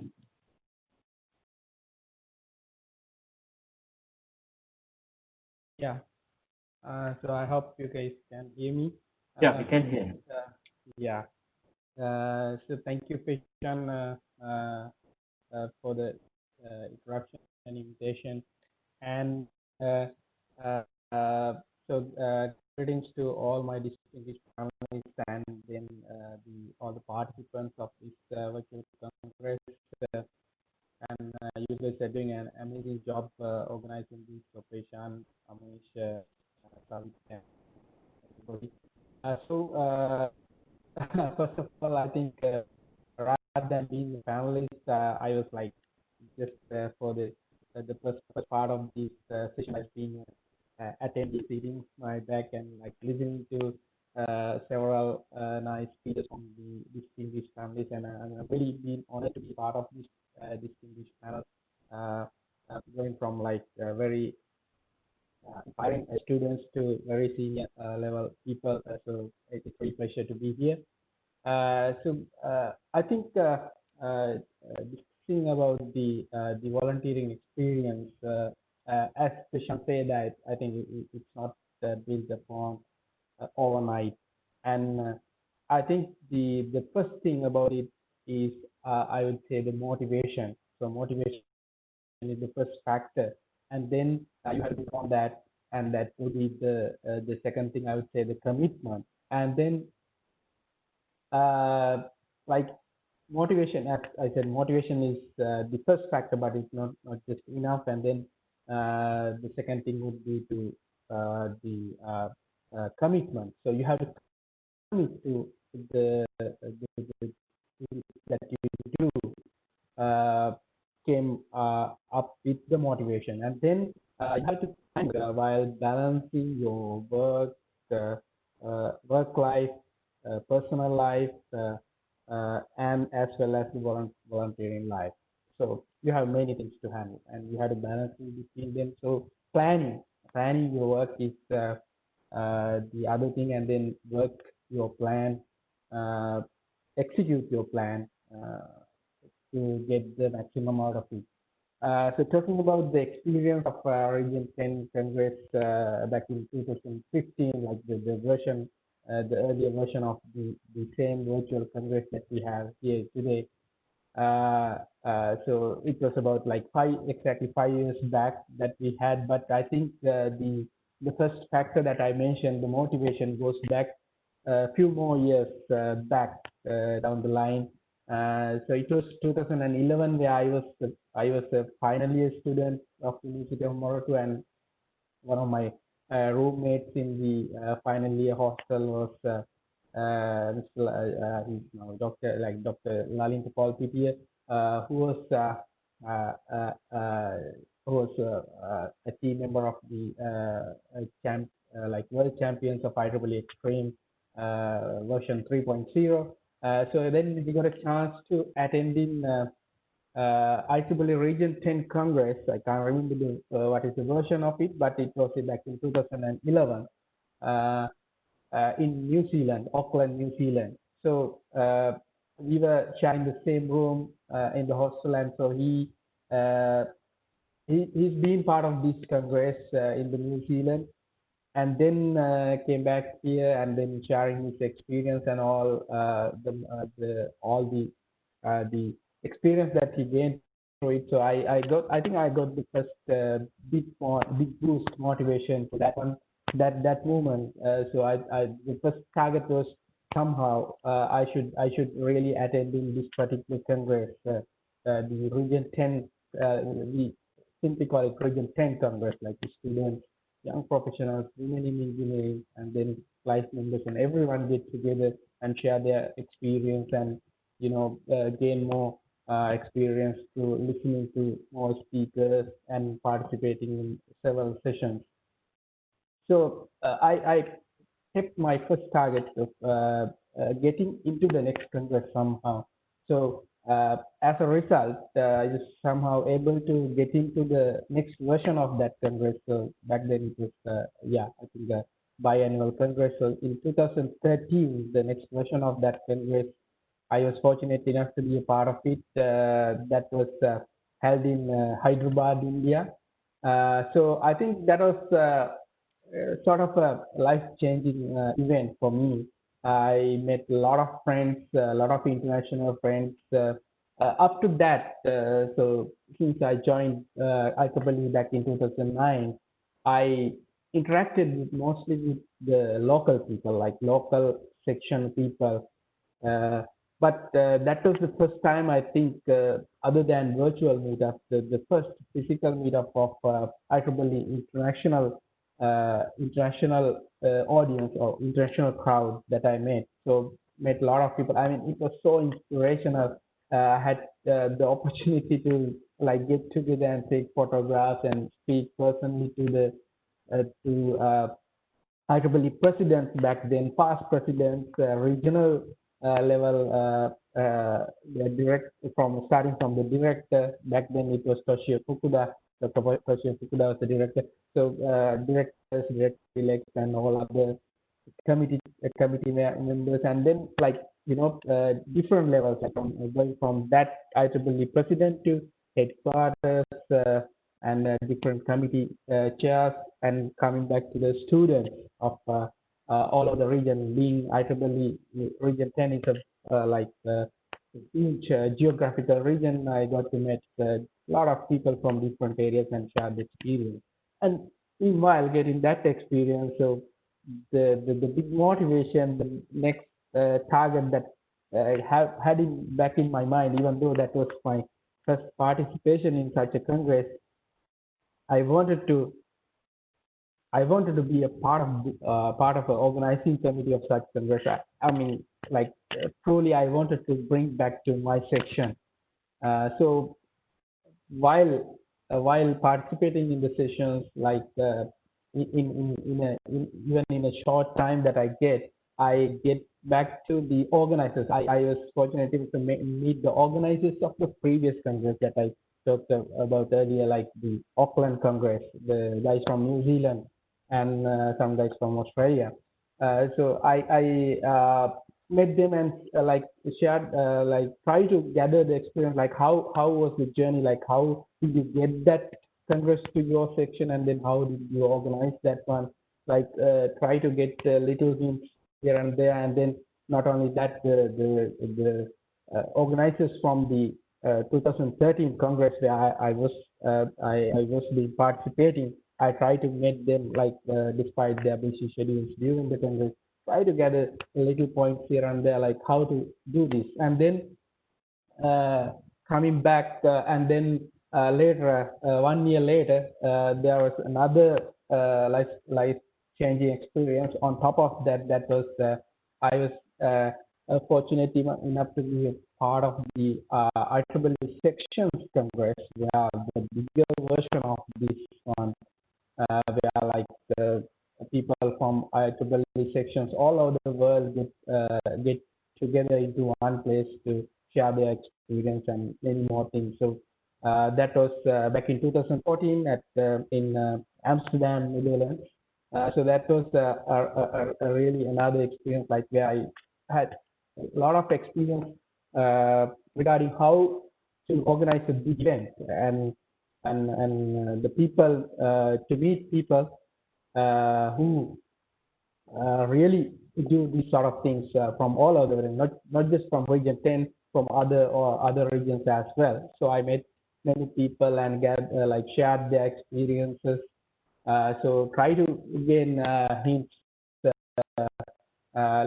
even little hints on like how you can develop upon the volunteer experience. And then so with that, and I think after coming back from that one, and soon we got to know that there is the bid for the next version of the Region 10 Congress that that has to be held on 2015. So I think I didn't hesitate, and I just discussed with the people, the major people who involved, like Subodh Charles, who was one of my colleagues in participating in 2014 Section Congress, and then Pasan Petiegoda, who was the RSR back then, regional student representative, who had more experience in region. And then so it was, you know, like all in all. Sorry for interrupting you. Yeah. Since we are running out of time, can you wind up with maybe 2? Yes, definitely. So I mean, so that like with all that, what I can like direct you is you have to, with the like motivation is just not enough. So you have to take the actions, and then you have to plan the work. So I think the planning was the excellent thing that we had in the Congress, and then we could bring up a lot of new volunteers like Peshan. I think I met Amesh for the first time in that way, and a lot of these people, I think most of these panelists are also part of that. I think planning the work perfectly and then work your plan and giving the maximum commitment to the work that you do is so those are the few points while in the story, so that I want to bring up. And back again, Peshan and Amish, thanks a lot for inviting me and for the opportunity. So I think that's mostly from my side. So I hand over back to you. So maybe I will highlight those 2 things that you highlighted. Okay, the planning and planning them really well and executing them, and the commitment that we need to focus on. That those are the main important things that we can give to our student leaders, maybe from your end. Am I correct, Kavinga? Yeah. Okay. Yes, exactly. We had a perfectly planned, and I think, I mean, we had scripted plans for everything, and then I think then we executed. So that's what I. With that, I will direct. Yeah. Thank you, Kavinga. And with that, I will direct the questions to the other 2 panelists. So we have Dimple Killarney. Dimple is one of the members who actually climbing the IEEE leadership ladder. That means we are all of us starting our volunteer journey from the student branch level, then we can move to the sectional level, and in part of as an example from Dimple, then She is currently working in the Region 10 Student Activities Committee. So she is climbing the ladder in the volunteering journey and getting the experience. So maybe can you deeper highlight few tips with the leaders? Maybe you can take maybe a couple of minutes and highlight them. Okay, thank you so much, Patient. Am I audible? Yes, of course. Go ahead, ma'am. So firstly, thanking for giving me this opportunity to be here and share my thoughts. So as the session speaks that, it's about leadership. So I would like to say that leadership is a process and not a position. So yeah, I agree to the point that I've been climbing the ladder, starting my journey from my student branch. Not even the student branch, I mean inside student branch, I started my journey as a CS chapter volunteer. So the moment I started my engineering, I wasn't aware what I could do. So back then, I think every interview got over, and I got to know like at the 11th hour of CS chapter, I was totally blank what CS means, what the chapter, what the message, and what the interview is about.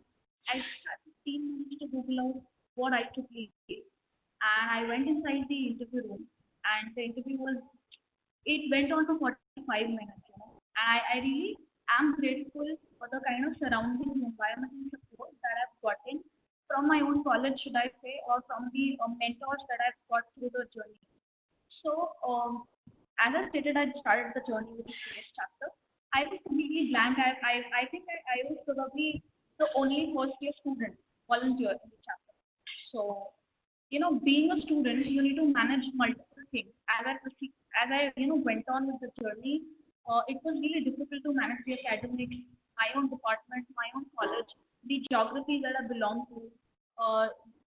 Gradually I got selected to present my volunteering work section, then subsection. So managing multiplicity is really a burden for a student. You need to justify all the roles that you hold at a particular point. So, this made me understand how to use my mind, my heart, my voice, and my ears to, give a constructive engagement, not only to my own self, but to my team. So, as I started climbing the ladder, I got in one fine day, my director calls me and says that, you need to host the first Congress of subsection. And for 2017, the subsection was recently formed.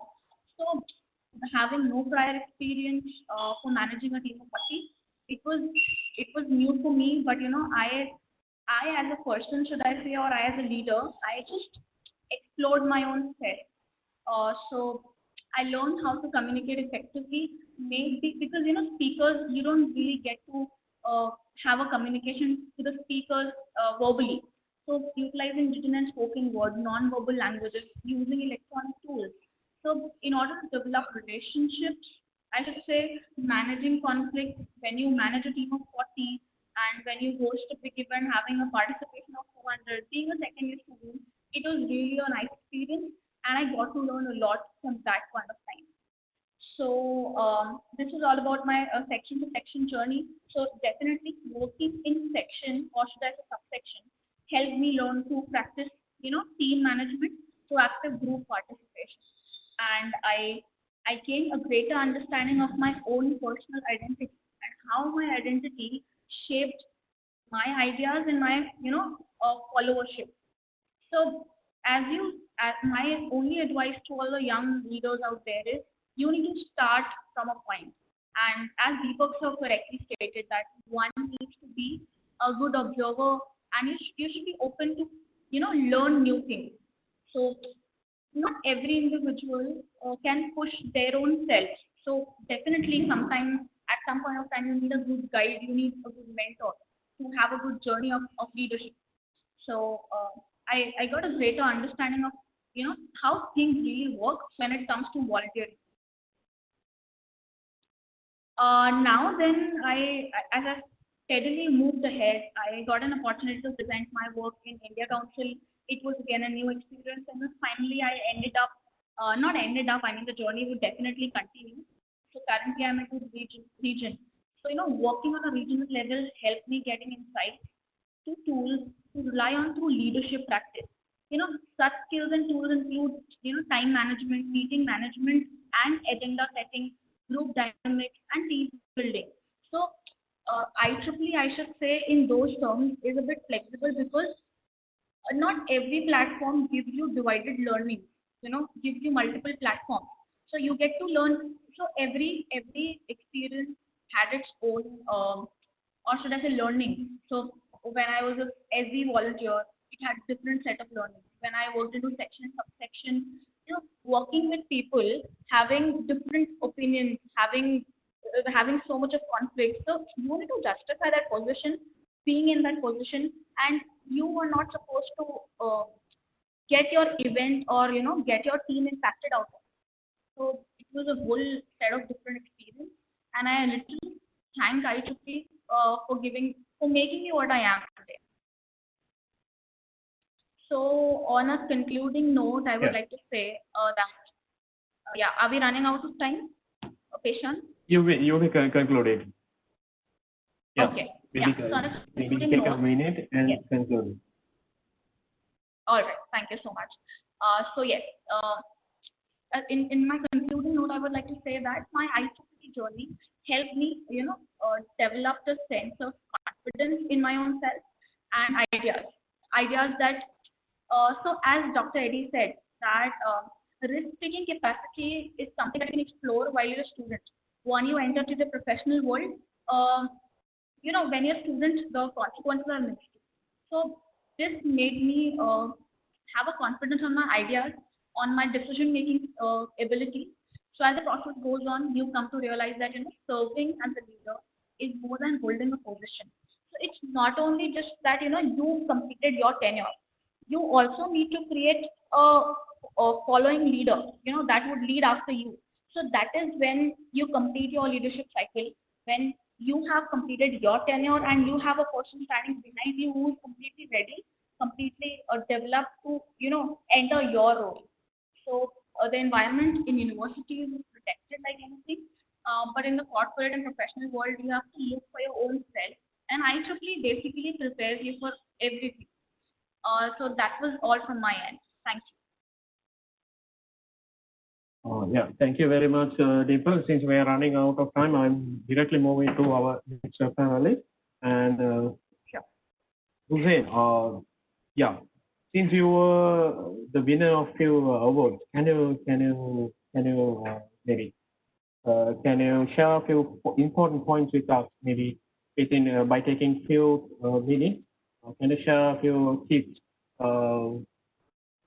about the student leaders? Yes. Okay. Thank you very much. Thank you, Peshan, Amish, Dr. Shavi, for inviting me. Well, I would say it's quite an honor to be with all these outstanding volunteers. Yes, quite challenging to be speaking about leadership after them. However, I will be answering the question specifically, which speaks about the awards, winning awards, and especially I'll be mentioning here, since I understand the majority who are joining us are from the SP levels, and winning these two international awards at this SP level, I would like to mention there are many factors that they could contribute, and there are three main factors that maybe could contribute to winning such awards. Well, first is membership growth and retention. Second is the number of the events and the varieties. And third is the quality of these events. Now, we must always ensure to attract as many members as possible and, most importantly, maintain them, this is related to retention. Now, I understand that we are facing a difficulty, and especially in the retention on the student level, I think the retention is not quite good. But what we could look into, for example, in achieving higher membership growth rates, for example, we could look into fund opportunities to subsidize for the membership. This could come from the university. I understand that a lot of universities where they have this student division department, student activities division, where they could support such things. And if you are doing quite well and you are bringing up the good name of your university, I believe the university could subsidize. Or maybe there are some student branches who are doing financially good, and then they could probably subsidize to the membership of the students, which could help. However, this is not always the case for all SPs. And this is this is quite understandable. So we could look into the other things which are related to the other points I have mentioned, which are the number of the events and the variety and the quality of these events.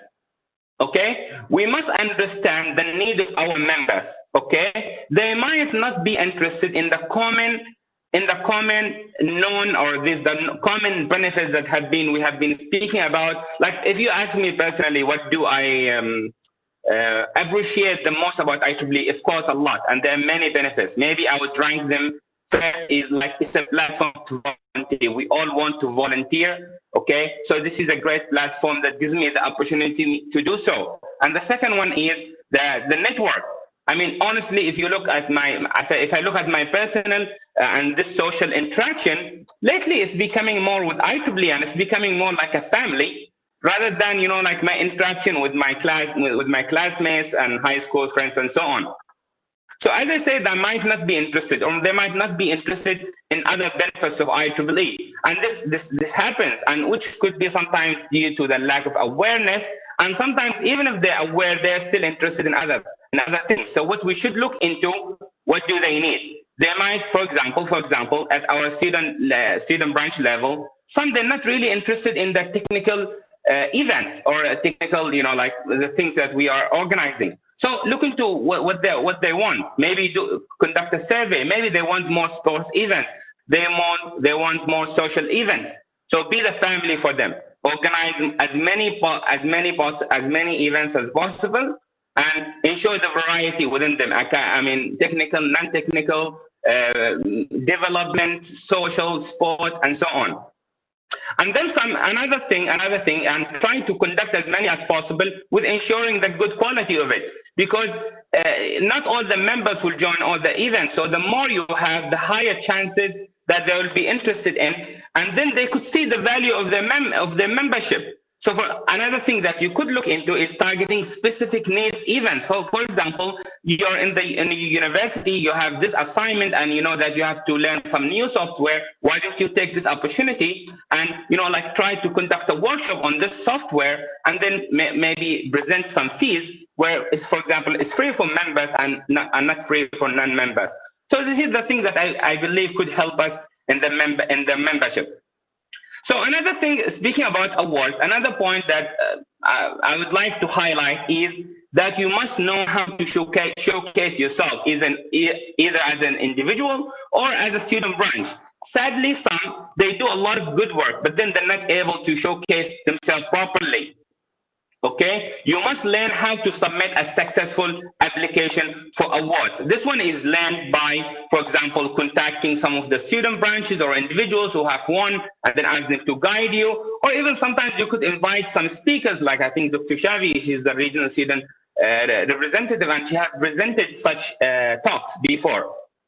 So these awards will help you to grow. Trust me, like I remember in 2017 when we won the best student branch in Malaysia, it gave us a lot of opportunities and a lot of network, and we became more visible that even the next year, our events have doubled, okay? However, these awards should not be our motive as volunteers. Our real reward is contributing to the community. And one more thing that maybe I didn't mention, which is proper documentation, which will help you to make compiling or submitting these awards easier. And another thing that I really found useful in my student branch is micro-volunteering. Please introduce micro-volunteering. Some volunteers are not ready to give a full year commitment. Introduce some events based on some events or some period, like 1 month volunteering, then give them some kind of certificate. I'm sure that it will draw a lot of attention for students to become members. That I could say it in short. Thank you. Thank you, Hussein. And with that, we're going to conclude the session. And as a conclude note, no matter what we are in the field, maybe in the academia or the industry or the entrepreneurship, we need these leadership skills, and they are not a kind of a skill that you can build overnight. And maybe with the points that Kavinga and Jane and Dimple shared with us, so we can get those experience, and we can maybe we can build our journey, our volunteering journey, and become leaders in the future. So with that, I would like to request from all our panelists to join for a group photo by turning on your screens, the cameras, and join with us for a group photo.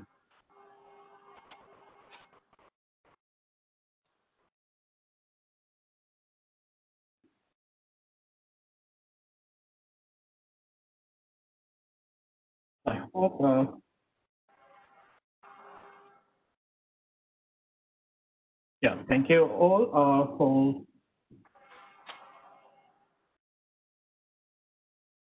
Yes, and with that, I move into the next part, and the next announcement is we're having a quiz for this session as well, and I request all the attendees to complete those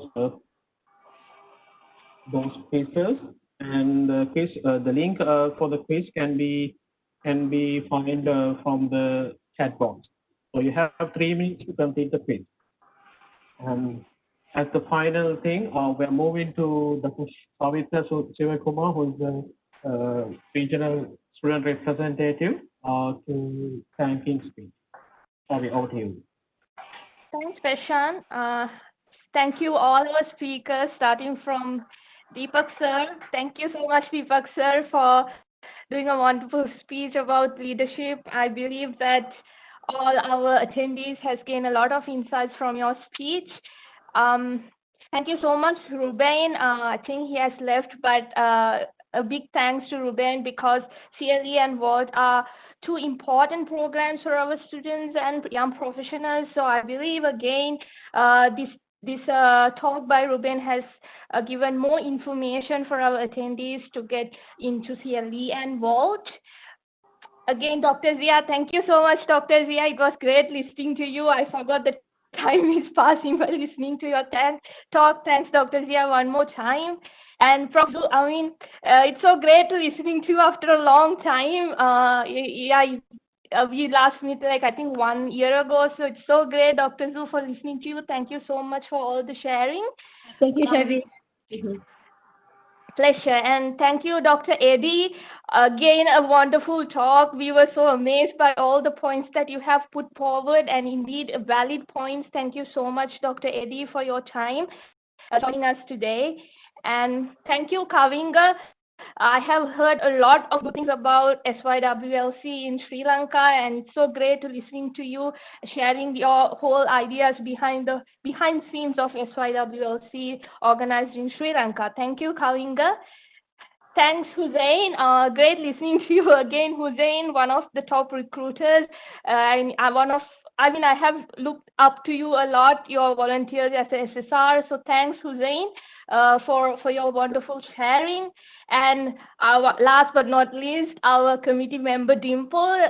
I am having a lot of fun volunteering with you, Dimple, and so great to be listening to you again as a speaker at SYWLC Student Track. And one more time, kudos to entire speaker panel for your time and efforts for making our session a great one today.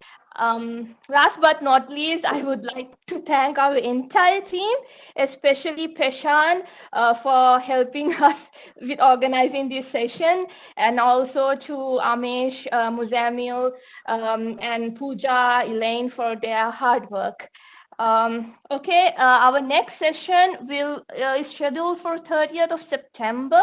If you want to know more details, please scan the QR code. We will be sending a reminder nearing to the session date. And our next session will be networking.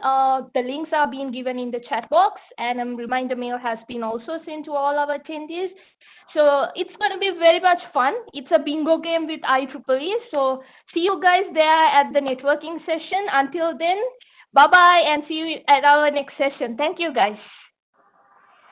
Thank you, everyone. Thank you all. Bye-bye. Bye-bye, everyone.